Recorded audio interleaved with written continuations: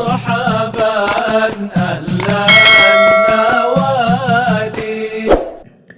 Nah, Maulid Ad-Dibai ini, saudara-saudara sekalian, ada satu paragraf yang sangat indah yang ditulis oleh Syekh Abdurrahman Ad-Dibai. Wa kana sallallahu alaihi wasallam ahsanan nas khalqa wa khuluqa wa ahdahum ilal haqqi turuqa wa kana khuluquhul Qur'an wa shimatuhu ghufran wa ya'fu ani dhanbi idza kana fi haqqihi wa sababihi wa idza duyya haqqullah lam yakum ahadun li ghadabihi. Ini paragraf yang menggambarkan begitu indahnya Nabi kita Muhammad. Wa kana Rasulullah fil hadis ahsanan nas khalqa wa khuluqa. Khalqa wa khuluqa. Adalah Nabi Muhammad manusia yang paling bagus, paling indah fisik dan akhlak. Paling sempurna fisik beliau, paling sempurna akhlak beliau. Para ulama mengarang kitab menyebut Al-Insanul Kamil, artinya manusia sempurna, seperti kitab karya Sayyid Muhammad Ibn Alwi Al-Maliki dan juga Syekh Abdul Karim Al-Jili. Judul kitab mereka Al-Insanul Kamil, manusia sempurna. Yang dimaksud manusia sempurna di dalam kitab tersebut yaitu Nabi Muhammad sallallahu alaihi wasallam. Karena perilaku beliau baik, akhlak beliau baik, fisik beliau juga fisik yang terbaik, fisik yang indah. Maka setelah itu dikatakan wa kana khuluquhul Qur'an, akhlak daripada Nabi Muhammad adalah Al-Quran. Wa shimatuhu ghufran, perangai beliau pemaaf, ghufran. Jadi Nabi mengajarkan kepada umat Islam menjadi manusia yang melakukan kebaikan kepada siapa saja. Makanya ajaran akhlak jadi prinsip ajaran agama Islam. Akhlak yang diajarkan bukan hanya kepada manusia, bahkan hewan sekalipun di dalam agama Islam diajarkan kita berbuat baik kepadanya. Nabi ceritakan, dakhalati imra'atun an-nar fi hirratin habasatha. Ada seorang wanita masuk neraka sebab kucing yang ia kurung tidak beri makan. Akhirnya kucing itu mati, dia masuk ke dalam neraka. Sebab hewan diperlakukan secara zalim bisa menyebabkan orang tersebut masuk ke dalam neraka. Bagaimana dengan manusia? Ini prinsip-prinsip ajaran Islam yang perlu kita ketahui. Oleh sebab itu Nabi Muhammad sallallahu alaihi wasallam digambarkan oleh para sastrawan akhlak sempurna, fisik sempurna. Fahuwa alladhi tamma ma'nahu wa suratuhu summa astafahu habiban bari'un nasami munazzahu an syarikin fi mahasinihi fajawharul husni fihi gairu munqasimi. Beliau sempurna fisik dan akhlaknya, kemudian Allah mengangkat beliau menjadi kekasihnya. Beliau disucikan, dibersihkan dari tandingan, dari sisi keindahan. Maka seluruh keindahan terkumpul di dalam diri Nabi Muhammad yang tidak pernah Allah bagikan kepada makhluk lainnya. Nabiyyun azim khuluquhu al-khuluqul ladzi lahu azzama ar-rahmanu fi sayyidil kutbi. Nabi yang agung, yang akhlaknya telah dipuji dan dimuliakan oleh Allah Sang Maha Penyayang, yang termaktub di dalam Al-Quranul Karim, yaitu Nabi kita Muhammad sallallahu alaihi wasallam. Wa innaka la'ala khulqin azim. Ini ajwadan nasi kaffah. Ini gambaran ilustrasi akhlaknya Nabi. Beliau manusia paling dermawan. Ma ba'athallahu an-nabiyya illa sakhiyah. Musa al-Kadhim mengatakan, Allah tidak pernah mengutus seorang nabi terkecuali nabi tersebut dermawan. Imam Musa al-Kadhim mengatakan, ma ba'athallahu an-nabiyya illa sakhiyah. Yang kedua, nabi memiliki akhlak arhaban nasi sodra. Rasul punya dada ini sangat luas, sangat lapang. Maknanya punya jiwa yang besar dan punya sifat pemaaf. Ini sejarah tertulis dengan tinta emas. Nabi ketika berdakwah di kota Makkah Al-Mukarramah selama 13 tahun, kemudian Nabi hijrah pindah ke Madinah dan menetap di sana selama 10 tahun. Selama beliau berdakwah di kota Makkah, beliau mendapatkan tantangan yang luar biasa. Bahkan banyak sahabat-sahabatnya yang dibunuh, dianiaya, dan puncaknya Nabi pun diperintahkan untuk hijrah. Putri beliau ditarik dari kendaraan, jatuh hingga berdarah. Tapi di tahun 8 Hijriah Nabi kembali ke kota Makkah dengan pasukan yang jumlahnya sangat banyak, dan orang-orang Makkah dari kalangan kafir Quraisy tidak berdaya menghadapi Nabi Muhammad dengan pasukannya. Itu para sejarawan menulis, Nabi ketika masuk ke kota Makkah menundukkan kepala, melihat ke tanah, menunjukkan beliau masuk dengan rendah hati, tidak merasa besar. Sampai di dalam kota Makkah, beliau memberikan satu pernyataan, man aghlaqa alaihi babah fahuwa amin, wa man dakhala al-masjida fahuwa amin, wa man dakhala dara Abi Sufyan fahuwa amin. Siapa yang mengunci pintu rumahnya, dia aman. Siapa yang masuk ke masjid, dia aman. Siapa yang masuk ke rumahnya Abi Sufyan, dia aman. Abi Sufyan waktu itu sebagai pemimpin mereka, dia aman. Maka Nabi menghadap mereka. Ada di antara mereka yang pernah mengganggu Nabi Muhammad, pernah menghalangi dakwah Nabi Muhammad, pernah berbuat tidak baik kepada Nabi Muhammad. Nabi Muhammad mengatakan kepada mereka, dan ini diriwayatkan oleh Imam Syafi'i dalam kitab Al-Um, juga diriwayatkan oleh para ulama-ulama pakar sejarah seperti Ibnu Hisham dalam kitabnya As-Sirah Nabawiyah. Nabi mengatakan begini kepada mereka, ya ma'syaral Quraisy, wahai segenap kaum Quraisy, ma turawna anni fa'ilun fikum, ma turawna anni fa'ilun fikum. Kira-kira menurut kalian apa yang akan saya lakukan kepada kalian? Nabi, ini mereka sudah tidak berdaya ini. Mereka karena takut mengatakan, anta khairan, anta akhun karim, engkau saudara yang mulia, wa ibnu akhin karim, engkau anak dari saudara yang mulia. Mereka mau minta maaf. Apakah Nabi membalas? Kalau kita baca sejarah-sejarah kerajaan, ini kerajaan raja yang masuk satu negeri, kalau ada permusuhan itu dihancurkan, dimusnahkan. Tapi Nabi tidak. Nabi katakan, fa antum tulaqa, izhabu fa antum tulaqa, kalian silakan pergi, kalian semuanya bebas. Satu sahabat mengatakan, hari ini hari peperangan, malhamah, hadzal yaum yaumul malhamah. Nabi katakan, la hadzal yaum yaumul marhamah, hari ini hari kasih sayang, bukan hari peperangan, kata Nabi Muhammad SAW. Padahal masuk ke kota Makkah yang dulu mengusir Nabi. Itu namanya arhaban nasi sodra, dada beliau lapang, pemaaf. Yang ketiga, sifatnya Nabi, kata Imam Ali, asdakan nasi lahjatan. Rasul manusia yang paling jujur ucapannya, tidak pernah berbohong, sehingga dijuluki dengan Al-Amin. Dan Nabi mengajarkan kepada kita untuk senantiasa jujur. Alaikum bisidqi fa inna sidqa yahdi ilal bir wa innal birra yahdi ilal jannah.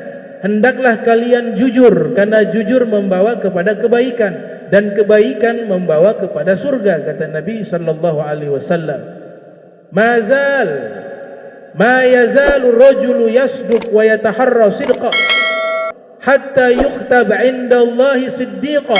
Jika ada seseorang senantiasa jujur dalam ucapannya dan dia menjaga kejujuran tersebut, maka akan ditulis di sisi Allah sebagai orang-orang yang jujur.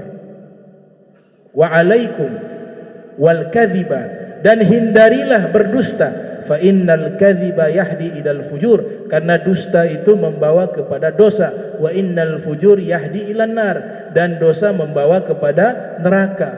Ma yazalu rajulu yakdzib wa yataharral kadhiba, senantiasa seseorang itu suka berdusta dan dia selalu menjaga kedustaannya, hatta yuktab indallah kadzdzaba, maka dicatat di sisi Allah sebagai seorang pendusta atau orang-orang yang pendusta. Jujur. Sifat yang keempat, wa aufa nasi dhimmatan, Nabi Muhammad manusia yang paling menepati janji, sehingga dikatakan dalam riwayat dalam kitab Al-Fawaidul Mukhtarah, Nabi pernah berjanji dengan seseorang. Seseorang ini mengadakan janji dengan Nabi. Dinyatakan pertemuan janji tersebut selepas asar atau selepas zuhur. Ternyata yang buat janji dengan Nabi ini lupa dengan janjinya. Setiap hari selepas zuhur, Nabi menepati janjinya, menanti pertemuan yang sudah dijanjikan di tempat tersebut setiap hari sampai 3 bulan. Jadi janjinya habis zuhur di tempat tersebut. Itu Nabi setiap hari habis zuhur datang di situ, tunggu sampai asar pulang. Sampai 3 bulan. Nanti 3 bulan berikutnya yang punya janji ingat, ya Allah, ada janji dengan Nabi Muhammad. Ada janji. Habis zuhur dia pergi di tempat tersebut, masih ada Nabi di situ. Ya Rasulullah, saya minta maaf. Saya lupa akan janji saya bertemu dengan engkau di tempat ini. Engkau masih ada, ini sudah 3 bulan, kata Nabi.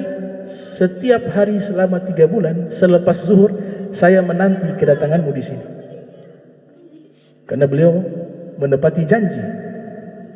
Sifat berikutnya, wa alyanahum arikah, Nabi memiliki perangai yang lemah lembut, yang halus, sehingga memanggil beberapa sahabatnya, ya Unais, wahai Anas, disebut Unais, panggilan kasih sayang. Ya Humairah, istrinya Sayyidatuna Aisyah dipanggil ya Humairah. Ya Fatim, dipanggil dengan panggilan-panggilan kasih sayang, ditasbir.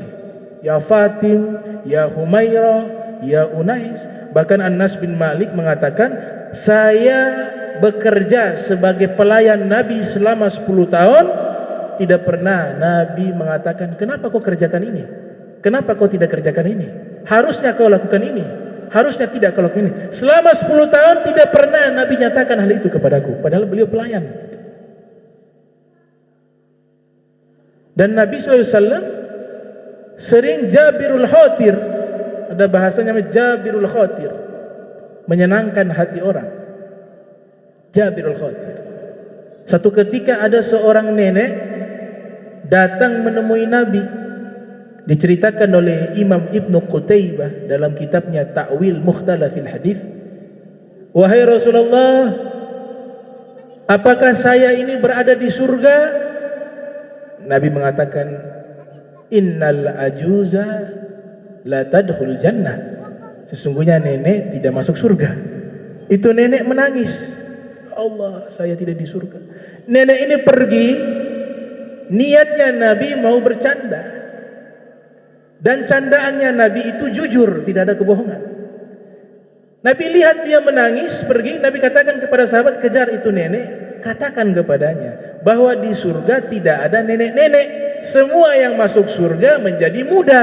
Maka saya katakan sesungguhnya nenek tidak masuk surga. Dikejar itu nenek, dikatakan. Ini penjelasannya seperti itu. Akhirnya nenek itu bahagia, girang. Jadi kita kalau masuk surga, usia kita kembali muda 33 tahun. Yang meninggal usia 70 tahun, ada yang meninggal 80 tahun, ada yang meninggal 90 tahun, ada yang meninggal 60 tahun. Tapi ketika masuk surga jadi muda lagi. Usia 33 tahun, ibu-ibu sekalian. Kenapa usia 33 tahun? Dalam kitab Qasasul Anbiya Ibnu Katsir mengatakan karena mengikuti usianya Nabi Isa. Nabi Isa ketika Allah selamatkan itu usianya 33 tahun. Sehingga standar umur penghuni surga mengikuti umurnya Nabi Isa 33 tahun. Itu penjelasannya Ibnu Katsir dalam kitab Qasasul Anbiya yang lahir tahun 700 Hijriah, wafat 774 Hijriah. Ini akhlak Nabi, lemah lembut. Pernah juga Nabi diundang di satu rumah sahabat, dihidangkan kurma. Nabi SAW makan kurma, sangat senang karena yuhibbul tamar war rutab. Nabi sangat cinta, sangat senang kepada kurma. Di samping Nabi ada Imam Ali bin Abi Thalib. Disediakan satu piring khusus untuk menampung biji kurma yang mereka sudah makan. Sayyidina Ali ingin bercanda dengan Nabi.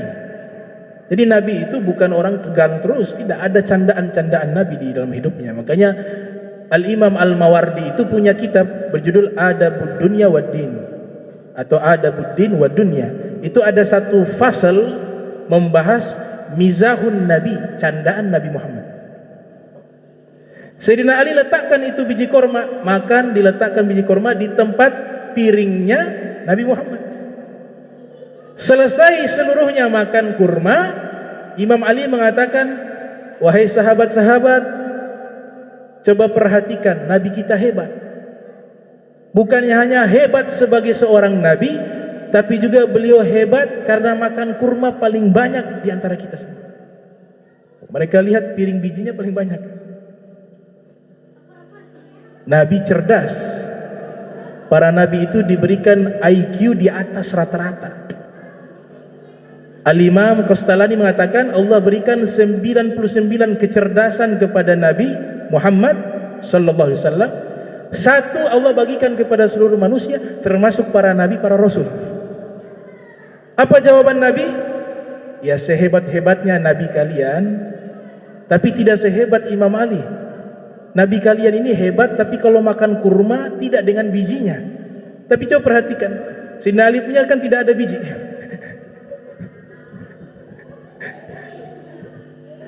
Nah itu kecerdasan dan bagaimana akhlak Nabi ya, sangat santai dalam situasi tersebut beliau bercanda dengan para sahabat-sahabat.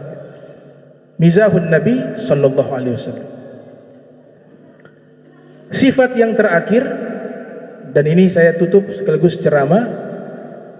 Imam Ali mengatakan wa akramahum isratan man ra'ahu badihatan haba wa man khalatahu ma'rifatan ahabbah. Nabi bergaulnya paling mulia. Dan siapa yang melihat sosok kedatangan Nabi pasti tertunduk dengan wibawanya yang sangat luar biasa. Dan siapa yang bergaul dengannya dan mengenalnya, ahabbah, pasti jatuh cinta kepadanya. Ini rangkuman akhlak Nabi Muhammad sallallahu alaihi wasallam yang disifati langsung oleh murid tercinta beliau, Amirul Mukminin Al-Imam Ali bin Abi Thalib. Jadi hadis ini, riwayat ini menyatakan Nabi kalau kita melihatnya tertunduk, diberikan al-haibatul jalaliyah, wibawa keagungan, dan Nabi lebih tampan dari Nabi Yusuf. Dalam tafsir Jalalain disebutkan utiya Yusuf nisfal jamal, diberikan Nabi Yusuf separuh keindahan, wa utitu kullal kamal, dan saya diberikan seluruh keindahan. Seluruh keindahan. Nabi Yusuf yang Allah berikan separuh keindahan, dalam surat Yusuf diabadikan bagaimana wanita-wanita ketika menatap ketampanan wajah Nabi Yusuf, falamma ra'ainahu akbarnahu, mereka melihat Nabi Yusuf akbarnahu. Dalam tafsir Al-Kasyaf mengatakan yang tadinya wanita-wanita ini dalam keadaan suci langsung menstruasi. Itu tafsir Kasyaf, langsung menstruasi. Lagi suci, lihat Nabi Yusuf menstruasi. Kata Imam Zamakhsyari dalam tafsir Al-Kasyaf, berarti ini tampannya luar biasa. Sampai sekarang nggak ada orang ganteng lihat kemudian menstruasi. Tidak hanya sampai di situ ibu-ibu, mereka terbius dengan ketampanan Nabi Yusuf. wa qata'na aydiyahunna. Bukan qata'na, pakai tasydid. Qata'na dalam grammar bahasa Arab kalau tambahan tasydid itu artinya berulang-ulang kali, bukan sekali potong. Ini wanita disediakan pisau dengan buah-buahan, kemudian ini Zulaiha perintahkan Nabi Yusuf keluar jalan di hadapan mereka. Mereka sedang memotong itu buah-buahan, lihat ketampanan Nabi Yusuf, tidak sadar jari mereka terpotong-potong, bukan sekali potongan, berulang-ulang kali, tidak sadar. Kalau dokternya seperti Nabi Yusuf, gak perlu obat bius.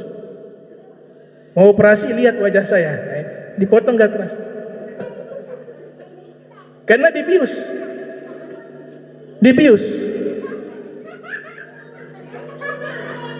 Wa qata'na aydiyahunna wa qulna, mereka mengatakan hasya lillah, maha sempurna Allah, ma hadza basyaran in hadza illa malakun karim. Ini bukan manusia, ini malaikat, kata mereka, malaikat yang mulia, karena begitu sempurnanya. Itu baru Nabi Yusuf, bagaimana Nabi Muhammad? Nah, kenapa Nabi Yusuf dalam riwayat dan dalam firman wanita-wanita terbius dengan ketampanannya, tapi dalam riwayat-riwayat Nabi Muhammad tidak ada wanita yang memotong jarinya ketika melihat ketampanan Nabi Muhammad. Dijelaskan oleh As-Said Muhammad bin Ali Al-Maliki, karena ketampanan Nabi Yusuf tidak dibungkus dengan wibawa kemuliaan, tampan gagah tapi masih berani orang lihat. Tapi kalau Nabi Muhammad tampannya begitu sempurna, kemudian Allah bungkus dengan al-haibatul jalaliyah, wibawa yang sangat besar, sehingga laki-laki ataupun perempuan tidak mampu menatap wajah beliau. Sayyidatuna Aisyah mengatakan, walau niswatu Yusufa lara'aina jamalahu la'atharna taghti'al qulub 'alal aidi. Seandainya wanita-wanita yang melihat Nabi Yusuf, mereka melihat keindahan Nabi Muhammad, yang mereka potong bukan hanya jari mereka, tapi hati mereka juga ikut terpotong-potong. Jadi sempurna al-insanul kamil. Nah, alhamdulillah kita dipilih oleh Allah menjadi umat Nabi Muhammad SAW. Maka kita ikuti setiap langkah ajaran Nabi Muhammad yang penuh keindahan, penuh kedamaian. Laqad kana lakum fi Rasulillahi uswatun hasanah liman kana yarjullaha wal yawmal akhirah wa dzakarallaha katsiran.